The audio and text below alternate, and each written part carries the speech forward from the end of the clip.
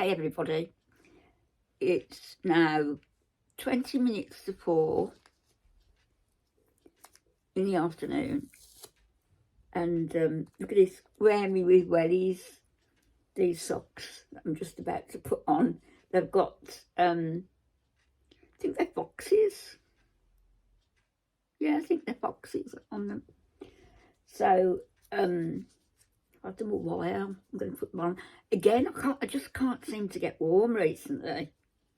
So Madam has had me up, waking me at 2. I didn't get up till 4. I made her wait and put some breakfast out. She ate.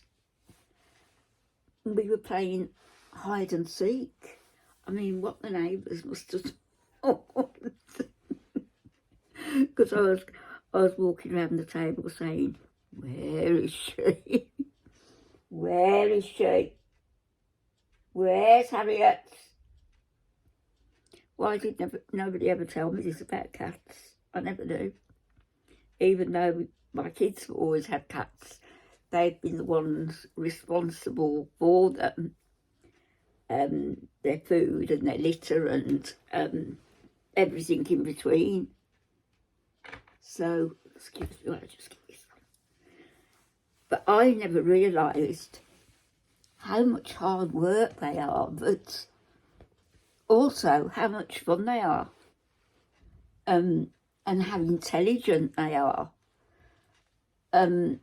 Harriet knows words, she knows certain sentences, and I guess really it's the intonation as well, isn't it? It's the way you speak. She can tell if I'm in a cuddly mood, and I say, "Come on, baby, come on," and she knows to come. And she comes when I don't call her. And she knows when I say the N-O word quite strictly, the N-O. That squirrel bass, whatever it was, that's been hanging on the door for ages, just on a short elasticated string, you know, that I can watch her with. And I've got this as well. I've got my, is it switched on? I hope so. My throw, my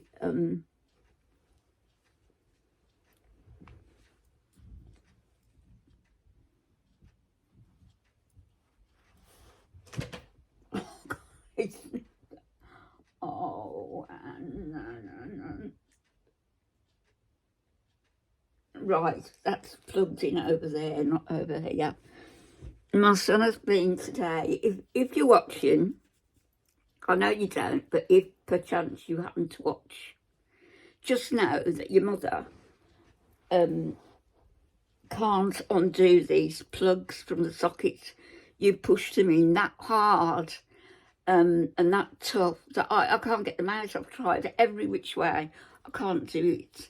There's one of them I don't need to be on, and there's one of them on the other iPad that I'm just testing to see if it's working, and I want to try it on another plug, but I can't get them out of the sockets.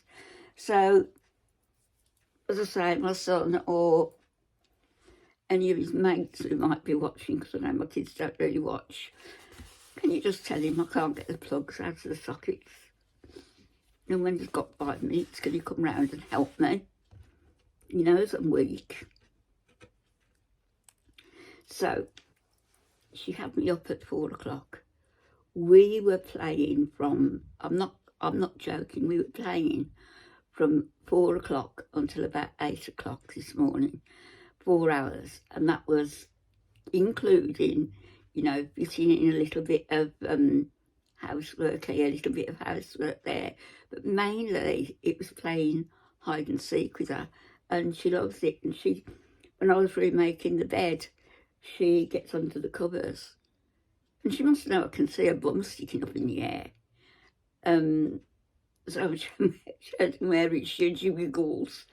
But that poor squirrel stroke bat, she picked up in her mouth and flung it down the stairs. Just total disdain.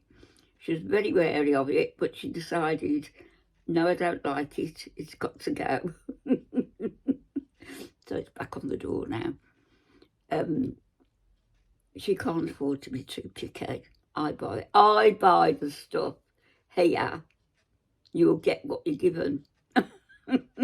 Oh, that's something the Queen said to Meghan Markle when Meghan wanted to wear the tiara that Princess Eugenie wore with the emerald. She wanted that one. And Harry was, servants talk, don't know, servants. I hate that word. People talk. And I guess it was with an argument with somebody who had gone to relay that the Queen had said that Meghan will get what she's given. And Harry went into one of his fiery rages and said, what Meghan wants, Meghan gets. Well, Meghan didn't. She had a really beautiful one worth, I don't know, £250,000 probably on her head. But Eugenie got to wear that special emerald one, and it was stunning, I have to admit. All these jewels that they get to wear simply through accident of birth.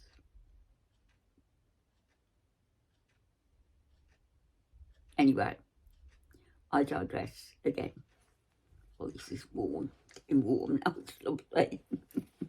Come up here to me. Anyway, I noticed that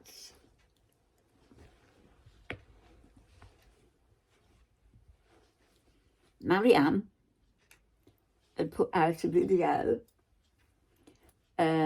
What was it called? A Kuwaiti housewife, a day in the life, a routine. What was it called? Don't even know whether I've got it here. Housewife routine of a Canadian in Kuwait. Yeah, housewife routine of a Canadian in Kuwait. So she starts off by taking her blood sugar, I think, which was 9 point something, and it's supposed to be 5 maximum.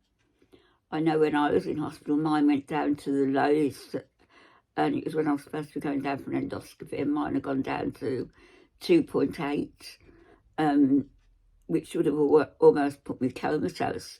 So they gave me a couple of those little shots of whatever it was to bring the blood sugar back up.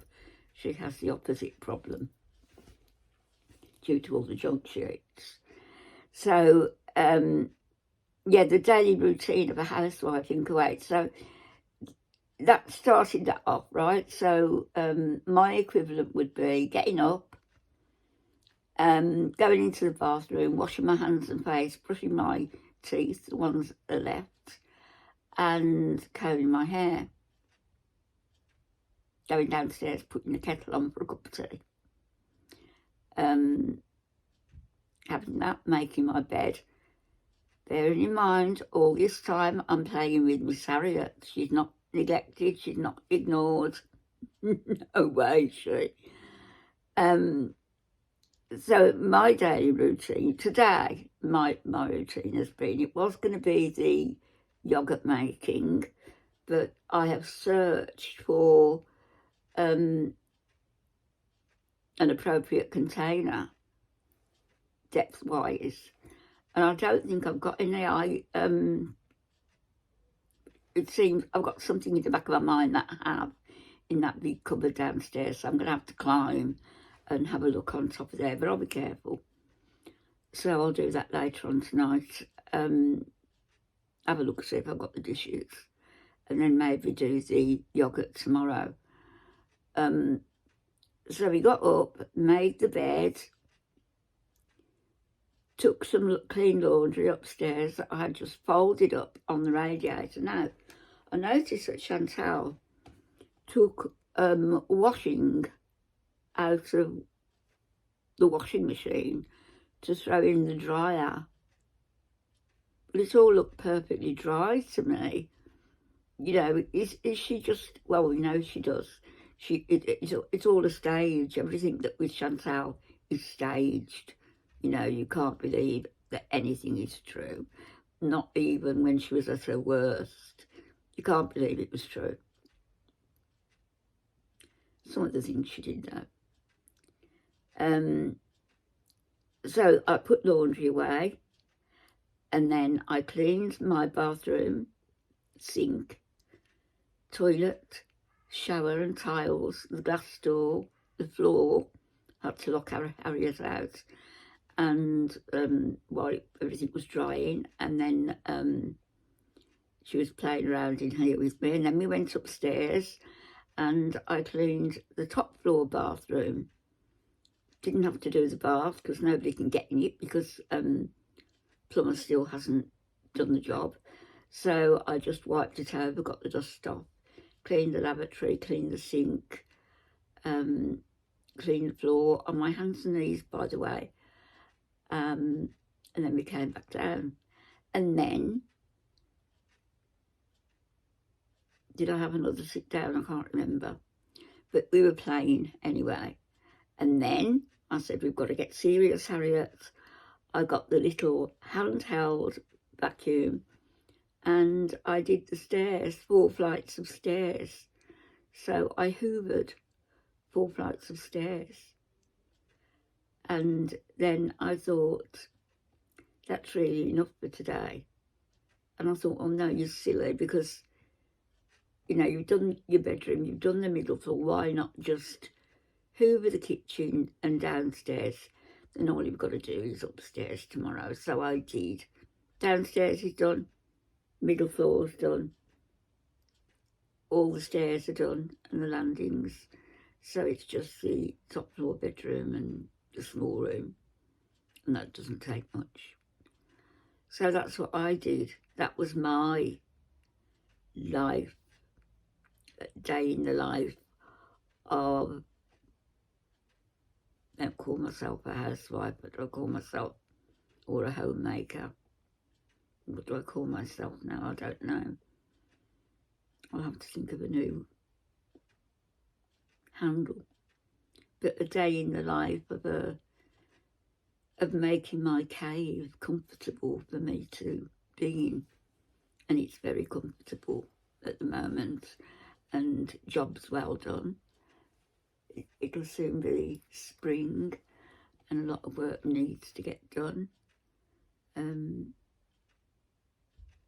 know that my kids keep on at me to move, and I've thought of it, and I thought how nice it would be to declutter and to have everything on the one level.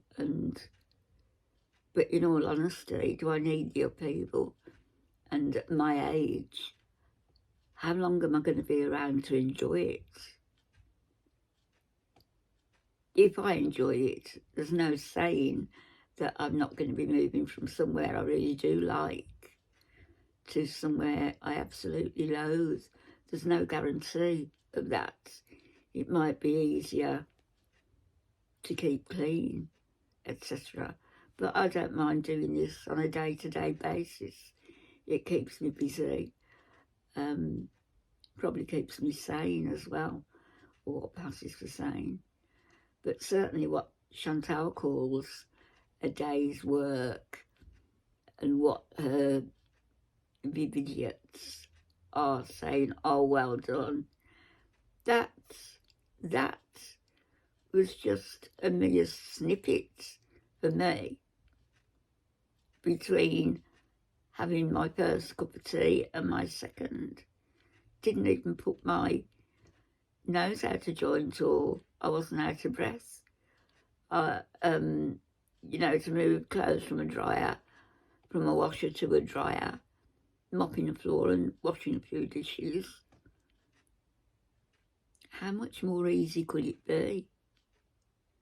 And by the way, Foodie Beauty, there's no man there with you. You've cooked your husband's breakfast. Howie's and Julia's. Well, yeah, you probably fed them. You don't have to cook their breakfast. But as far as your husband, we only saw enough of that stuff you were making. Enough for 3. And that was what you put on your plate. Salah's not there. If he's still in hospital, maybe there's complications with those ingrowing hairs. You know, they can be very embarrassing. I can understand why you wouldn't want to talk about them, given his recent foray into saying what his deviances are, what his fantasies are, what his freakishness is. But remember, Foodie, this is your only job on YouTube, your sole income. Allah has gone on record as saying you pay.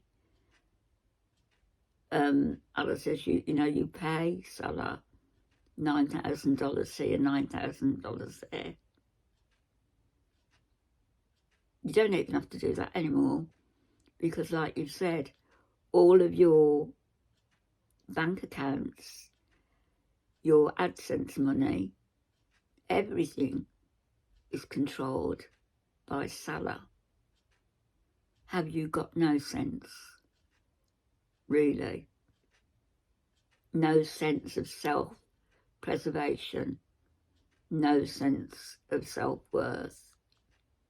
Women fought to get equal rights, and all you're doing is trying to take gigantic steps back. If that's what you want to do, stay in the Middle East. The West, doesn't really want the likes. We don't.